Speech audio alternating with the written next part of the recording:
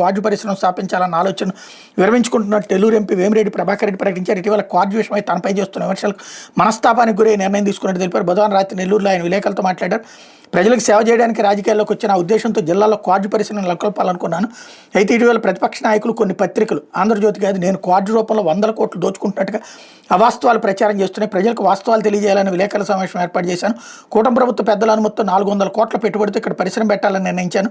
నా ప్రతినిధులు చైనా పంపి పరిశ్రమ స్థాపనకు అవసరమైన ఏర్పాట్లను పూర్తి చేశాను. మన దగ్గరలో క్వాడ్ సోలార్ ప్లేట్స్ ఎలక్ట్రానిక్ పరికరాలకు ఏ విధంగా పనికొస్తుందో అధ్యయనం చేయడానికి ఇప్పటివరకు 19,000 టన్నులు క్వాడ్జ్ కొనుగోలు చేసి చైనాకి ఎగుమతి చేశాం. ఇప్పటివరకు పరిశ్రమ మొదలు కాలేదు. మన క్వాడ్జ్ ఎందుకు పనికొస్తుందో అధ్యయనం జరగలేదు. అంతలోనే 100 కోట్లు దోచుకున్నట్టుగా విమర్శించడం బాధ కలిగించింది. రాజకీయంగా నన్ను టార్గెట్ చేసుకుని కొంతమంది నాయకులు క్వాడ్జ్ పరిశ్రమ ఆయుధంగా దొరికింది. వారికి అవకాశం ఇవ్వకూడదని పరిశ్రమ స్థాపించాలని ఆలోచన విరమించుకుంటానని వెల్లడించారు. రాజకీయాలకు రాకముందు నుంచి తన సొంత డబ్బులతో సేవా కార్యక్రమాలు చేస్తున్నాను. విమర్శలు తట్టుకోవడం తనకు చేత కాదని అందుకే ఈ నిర్ణయం తీసుకున్నానని అన్నారు. జిల్లా ప్రజలకు మంచి చేయాలని ఆలోచన నుంచి వెనకడుగు వేయనని మరో పరిశ్రమ స్థాపించడం ద్వారా ప్రజలకు ఉపాధి అవకాశాలు కల్పిస్తానని తెలిపారు. ఇక నుంచి క్వాడ్జ్ పరిశ్రమకు తనకు సంబంధం లేదని ఇంకా ఎవరైనా తప్పుడు ఆరోపణలు విమర్శలు చేస్తే వాళ్ళ కర్మకే వదిలేస్తున్నాను వేమిరెడ్డి అన్నారు. అసలు జరిగింది ఒకటి, కథ మరొకటి. వేమిరెడ్డిని అందరూ విమర్శించింది ఎందుకు? అక్కడ దశాబ్దాల తరబడి లీజులు సాగుతున్నాయి. ఆ లీజులన్నిటి ఆపిచ్చేశారు. అవన్నీ నాకే అమ్మాలన్నారు. పోనీ వాళ్ళు చెప్పిన రేటు కంటే కాదు, నేను చెప్పిన రేటుకే అమ్మాలన్నారు. వాళ్ళని ఎగుమతులు చేయనివ్వకుండా అడ్డుపడ్డారు, తవ్వనివ్వకుండా అడ్డుపడ్డారు.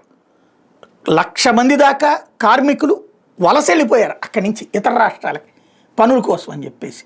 అలాగే కోట్ల రూపాయలు నష్టపోయారు ఆ క్వాడ్జ్కి సంబంధించిన గనులు తీసుకున్నోళ్ళు. అంతమంది కడుపు కొట్టారు.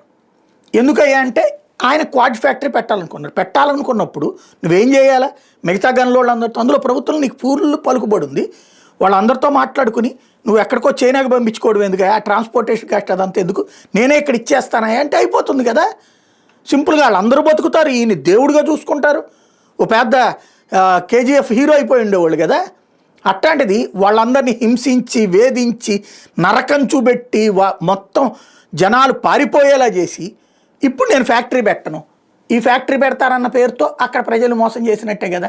కాకపోతే వాళ్ళ కర్మకేమో కానీ ఓవరాల్గా అయితే ఇలాంటి సిచ్యుయేషన్ నిజ జీవితంలో ఉంటుందని ఎవడు అనుకోలేదు. సినిమాల్లో ఉంటుంది అనుకున్నారు కానీ ఎట్టకేలకు వెనక్కి తగ్గానని చెప్తున్నారు. అది మంచిదో చెడ్డదో రాబోయే కాలం నిర్ణయించాల్సింది. ఇది దినపత్రికలో వచ్చిన వార్తలు వెనక జరుగుతున్న పరిణామాలు.